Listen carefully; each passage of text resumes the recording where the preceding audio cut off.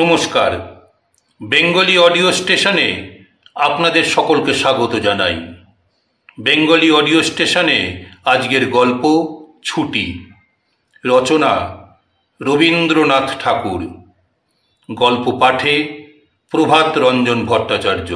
সকলকে অনুরোধ করছি চ্যানেলটা সাবস্ক্রাইব করুন ও শেয়ার করুন। ধন্যবাদ।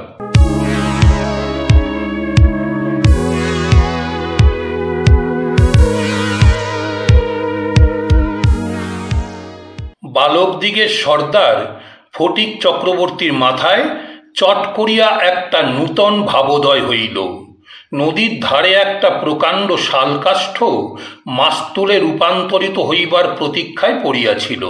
স্থির হইল সেটা সকলে মিলিয়া গড়াইয়া লইয়া যাইবে। যে ব্যক্তির কাঠ আবশ্যককালে তাহার যে কতখানি বিস্ময়, বিরক্তি এবং অসুবিধা বোধ হইবে তাহাই উপলব্ধি করিয়া বালকেরা এ প্রস্তাবে সম্পূর্ণ অনুমোদন করিল। কোমর বাঁধিয়া সকলেই যখন মনোযোগের সহিত কার্যে প্রবৃত্ত হইবার উপক্রম করিতেছে, এমন সময় ফটিকের কনিষ্ঠ মাখনলাল গম্ভীরভাবে সেই গুঁড়ির উপরে গিয়া বসিল।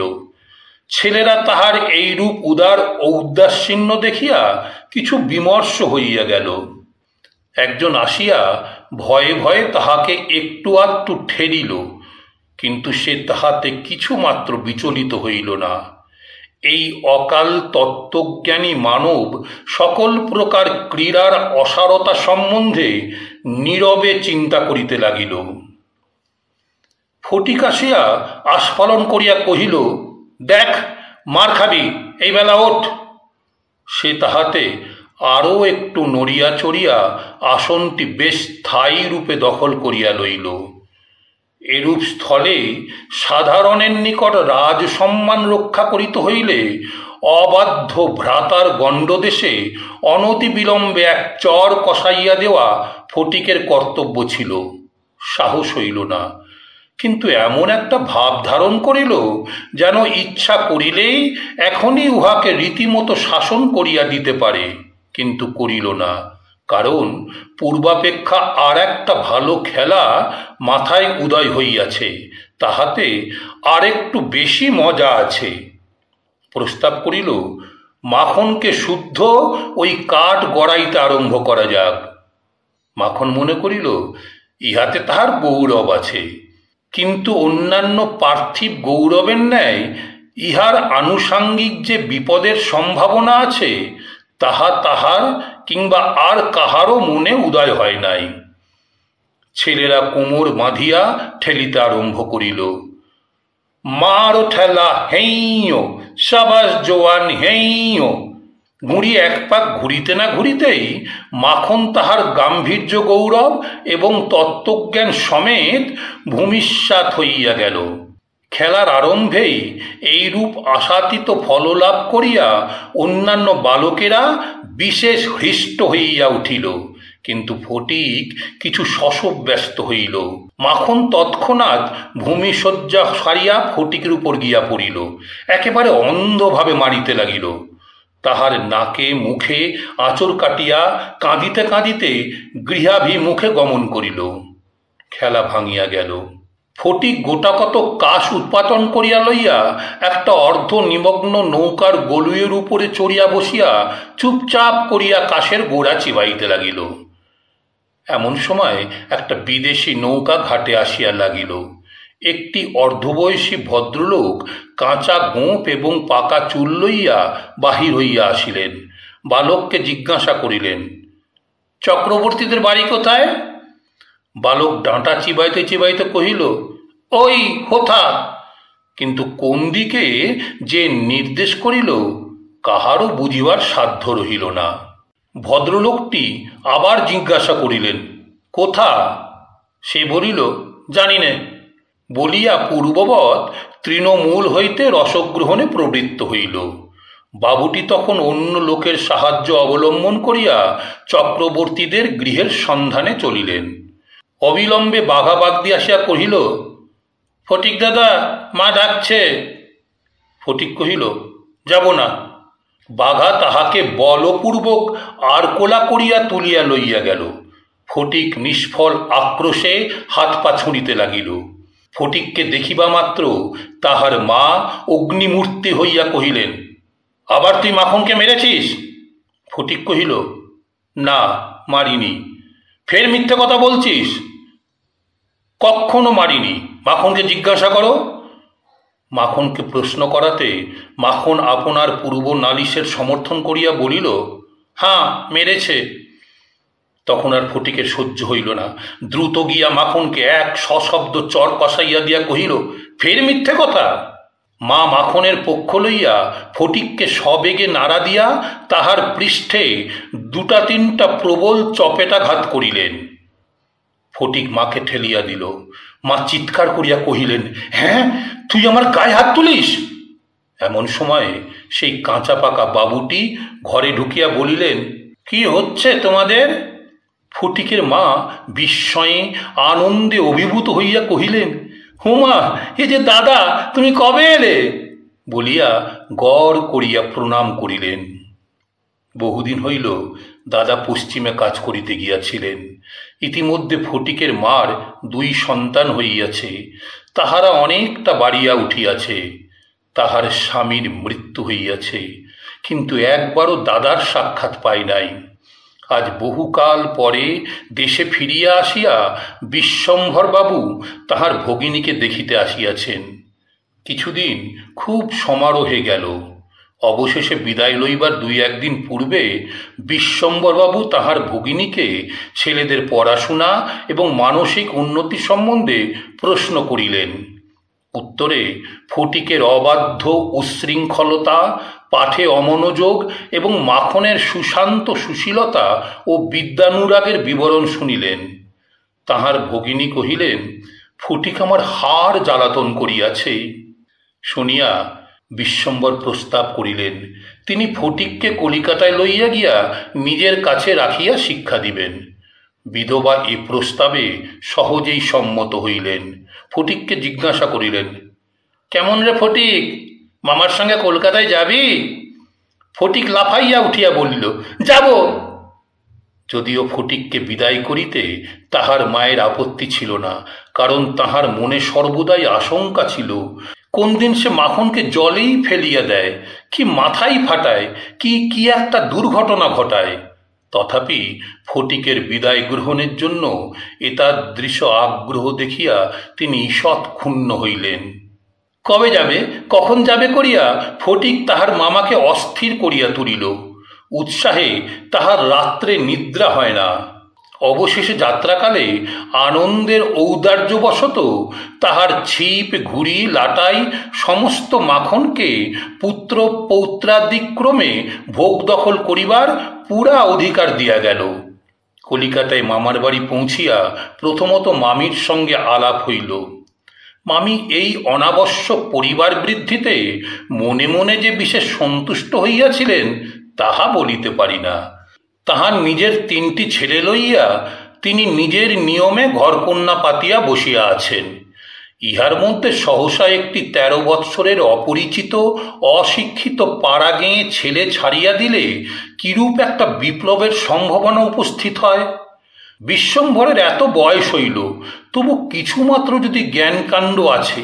বিশেষত 13-14 বৎসরের ছেলের মতো পৃথিবীতে এমন বালাই আর নাই। শোভাও নাই, কোনো কাজেও লাগে না, স্নেহ উদ্রেক করে না। তাহার সঙ্গ সুখও বিশেষ প্রার্থনীয় নহে। তাহার মুখে আদো আদো কথাও ন্যাকামি, পাকা কথাও জ্যাঠামি এবং কথা মাত্রই প্রগলভতা। হঠাৎ কাপড় চোপড়ের পরিমাণ রক্ষা না করিয়া বেমানান রূপে বাড়িয়া উঠে। লোকে সেটা তাহার একটা কুশ্রী স্পর্ধাস্বরূপ জ্ঞান করে। তাহার শৈশবের লালিত্য এবং কণ্ঠস্বরের মিষ্টতা সহসা চলিয়া যায়। লোকে সেজন্য তাহাকে মনে মনে অপরাধ না দিয়া থাকিতে পারে না।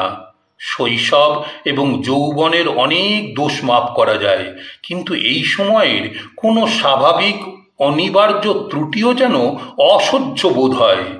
সেও সর্বদা মনে মনে বুঝিতে পারে পৃথিবীর কোথাও সে ঠিক খাপ খাইতেছে না, এই জন্য আপনার অস্তিত্ব সম্বন্ধে সর্বদা লজ্জিত ও ক্ষমাপ্রার্থী হইয়া থাকে। অথচ এই বয়সেই স্নেহের জন্য কিঞ্চিত অতিরিক্ত কাতরতা মনে জন্মায়। এই সময়ে যদি সে কোনো সহৃদয় ব্যক্তির নিকট হইতে স্নেহ কিংবা সখ্য লাভ করিতে পারে, তবে তাহার নিকট আত্মবিকৃত হইয়া থাকে। কিন্তু তাহাকে স্নেহ করিতে কেহ সাহস করে না, কারণ সেটা সাধারণে প্রশ্রয় বলিয়া মনে করে। সুতরাং তাহার চেহারা এবং ভাবখানা অনেকটা প্রভুহীন পথের কুকুরের মতো হইয়া যায়। অতএব এমন অবস্থায় মাতৃভবন ছাড়া আর কোনো অপরিচিত স্থান বালকের পক্ষে নরক। চারিদিকের স্নেহশূন্য বিরাগ তাহাকে পদে পদে কাঁটার মতো বিঁধে। এই বয়সে সাধারণত নারী জাতিকে কোনো এক শ্রেষ্ঠ স্বর্গলোকের দুর্লভ জীব বলিয়া মনে ধারণা হইতে আরম্ভ হয়। অতএব তাহাদের নিকট হইতে উপেক্ষা অত্যন্ত দুঃসহ বোধ হয়। মামির স্নেহহীন চক্ষে সে যে একটা দুর্গ্রহের মতো প্রতিভাত হইতেছে, এইটে ফটিকের সবচেয়ে বাজিত। মামি যদি দৈবাৎ তাহাকে কোনো একটা কাজ করিতে বলিতেন, তাহা হইলে সে মনের আনন্দে যতটা আবশ্যক তার চেয়ে বেশি কাজ করিয়া ফেলিত। অবশেষে মামি যখন তাহার উৎসাহ দমন করিয়া বলিতেন, ঢের হয়েছে, ঢের হয়েছে, ওতে আর তোমায় হাত দিতে হবে না, এখন তুমি নিজের কাজে মন দাওগে, একটু পরগে যাও, তখন তাহার মানসিক উন্নতির প্রতি মামির এতটা যত্ন বাহুল্য তাহার অত্যন্ত নিষ্ঠুর অবিচার বলিয়া মনে হইত। ঘরের মধ্যে এইরূপ অনাদর, ইহার পর আবার হাঁপ ছাড়িবার জায়গা ছিল না। দেয়ালের মধ্যে আটকা পড়িয়া কেবলই তাহার সেই গ্রামের কথা মনে পড়িত। প্রকাণ্ড একটা ধাউস ঘুড়ি লইয়া বোঁ বোঁ শব্দে উড়াইয়া বেড়াইবার সেই মাঠ, তাইরে নাইরে নাইরে না করিয়া উচ্চ ঈশ্বরে স্বরচিত রাগিনী আলাপ করিয়া অকর্মণ্যভাবে ঘুরিয়া বেড়াইবার সেই নদী তীর, দিনের মধ্যে যখন তখন ঝাঁপ দিয়া পড়িয়া সাঁতার কাটিবার সেই সংকীর্ণ স্রোতস্বিনী, সেই সব দলবল, উপদ্রব, স্বাধীনতা এবং সর্বোপরি সেই অত্যাচারিণী অবিচারিণী মা অহর্নিশি তাহার নিরুপায় চিত্তকে আকর্ষণ করিত। জন্তুর মতো এক প্রকার অবুঝ ভালোবাসা, কেবল একটা কাছে যাইবার অন্ধ ইচ্ছা, কেবল একটা না দেখিয়া অব্যক্ত ব্যাকুলতা, গোধূলি সময়ের মাতৃহীন বৎসের মতো কেবল একটা আন্তরিক মা মা ক্রন্দন।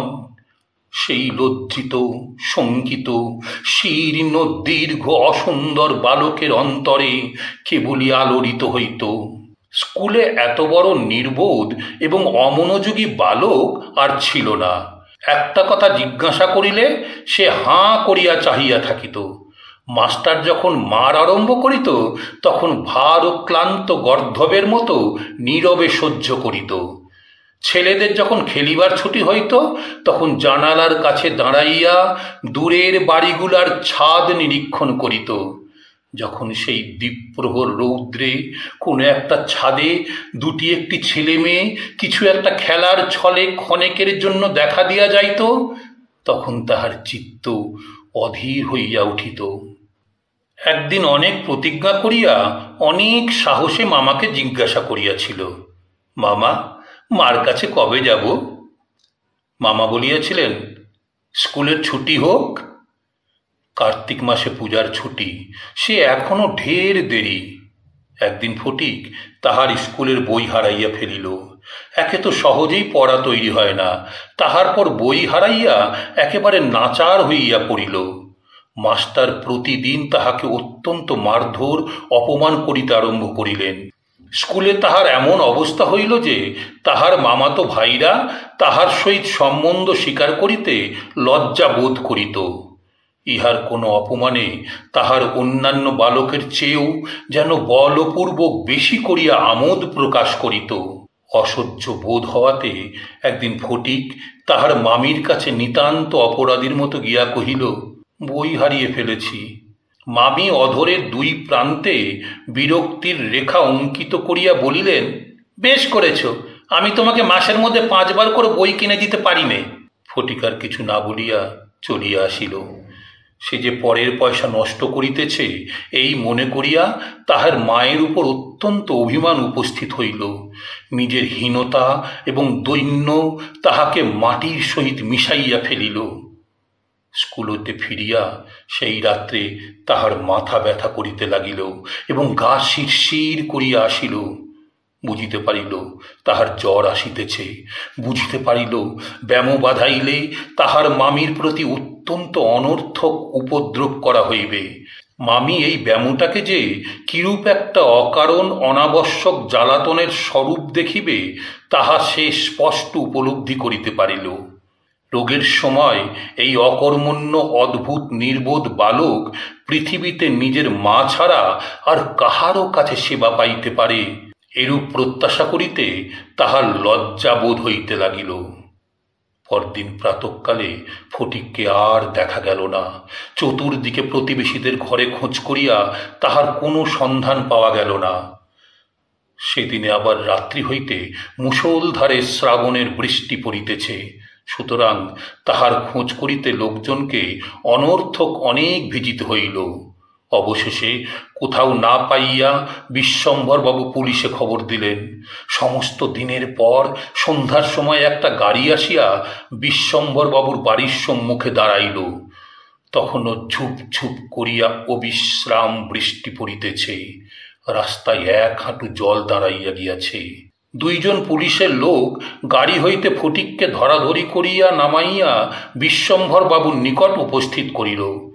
তাহার আপাদ মস্তক ভিজা, সর্বাঙ্গে কাদা, মুখ চক্ষু লোহিত বর্ণ, থরথর করিয়া কাঁপিতেছে। বিশ্বম্ভরবাবু প্রায় কোলে করিয়া তাহাকে অন্তঃপুরে লইয়া গেলেন। মামি তাহাকে দেখিয়াই বলিয়া উঠিলেন, কেন বাবু, পরের ছেলেকে নিয়ে কেন এ কর্মভোগ? দাও, ওকে বাড়ি পাঠিয়ে দাও। বাস্তবিক সমস্ত দিন দুশ্চিন্তায় তাহার ভালোরূপ আহারাদি হয় নাই এবং নিজের ছেলেদের সহিত না হোক অনেক খিটমিট করিয়াছেন। ফটিক কাঁদিয়া উঠিয়া কহিল, আমি মার কাছে যাচ্ছিলুম, আমাকে ফিরিয়ে এনেছে। বালকের জ্বর অত্যন্ত বাড়িয়া উঠিল। সমস্ত রাত্রি প্রলাপ বকিতে লাগিল। বিশ্বম্ভরবাবু চিকিৎসক লইয়া আসিলেন। ফটিক তাহার রক্তবর্ণ চক্ষু একবার উন্মিলিত করিয়া কড়িকাঠের দিকে হতবুদ্ধিভাবে তাকাইয়া কহিল, মামা, আমার ছুটি হয়েছে কি? বিশ্বম্ভরবাবু রুমালে চোখ মুছিয়া সস্নেহে ফটিকের শীর্ণ তপ্ত হাতখানি হাতের উপর তুলিয়া লইয়া তাহার কাছে আসিয়া বসিলেন। ফটিক আবার বিড়বিড় করিয়া বকিতে লাগিল। বলিল, মা, আমাকে মারিস নে মা, সত্যি বলছি, আমি কোনো দোষ করিনি। পরদিন দিনের বেলা কিছুক্ষণের জন্য সচেতন হইয়া ফটিক কাহার প্রত্যাশায় ফ্যাল ফ্যাল করিয়া ঘরের চারিদিকে চাহিল। নিরাশ হইয়া আবার নীরবে দেয়ালের দিকে মুখ করিয়া পাশ ফিরিয়া শুইল। বিশ্বম্ভরবাবু তাহার মনের ভাব বুঝিয়া তাহার কানের কাছে মুখ নত করিয়া মৃদুস্বরে কহিলেন, ফটিক, তোর মাকে আনতে পাঠিয়েছি। তাহার পরদিনও কাটিয়া গেল। ডাক্তার চিন্তিত বিমর্ষ মুখে জানাইলেন, অবস্থা বড়ই খারাপ। বিশ্বম্ভরবাবু স্তিমিত প্রদীপে রোগশয্যায় বসিয়া প্রতি মুহূর্তেই ফটিকের মাতার জন্য প্রতীক্ষা করিতে লাগিলেন। ফটিক খালাসিদের মতো সুর করিয়া করিয়া বলিতে লাগিল, 1 বাও মেলে না, 2 বাও মেলে না। কলিকাতা আসিবার সময় কতকটা রাস্তা স্টিমারে আসিতে হইয়াছিল। খালাসিরা কাছি ফেলিয়া সুর করিয়া জল মাপিত। ফটিক প্রলাপে তাহাদেরই অনুকরণে করুণ স্বরে জল মাপিতেছে এবং যে অকুল সমুদ্রে যাত্রা করিতেছে, বালক রশি ফেলিয়া কোথাও তাহার তল পাইতেছে না। এমন সময় ফটিকের মাতা ঝড়ের মতো ঘরে প্রবেশ করিয়াই উচ্চ কলরবে শোক করিতে লাগিলেন। বিশ্বম্ভর বহু কষ্টে তাহার শোকোচ্ছ্বাস নিবৃত্ত করিল। তিনি শয্যার উপর আছাড় খাইয়া পড়িয়া উচ্চ ঈশ্বরে ডাকিলেন, ফটিক, সোনা, মানিক আমার। ফটিক যেন অতি সহজেই তাহার উত্তর দিয়া কহিল, হ্যাঁ। মা আবার ডাকিলেন, ওরে ফটিক, বাপধন রে।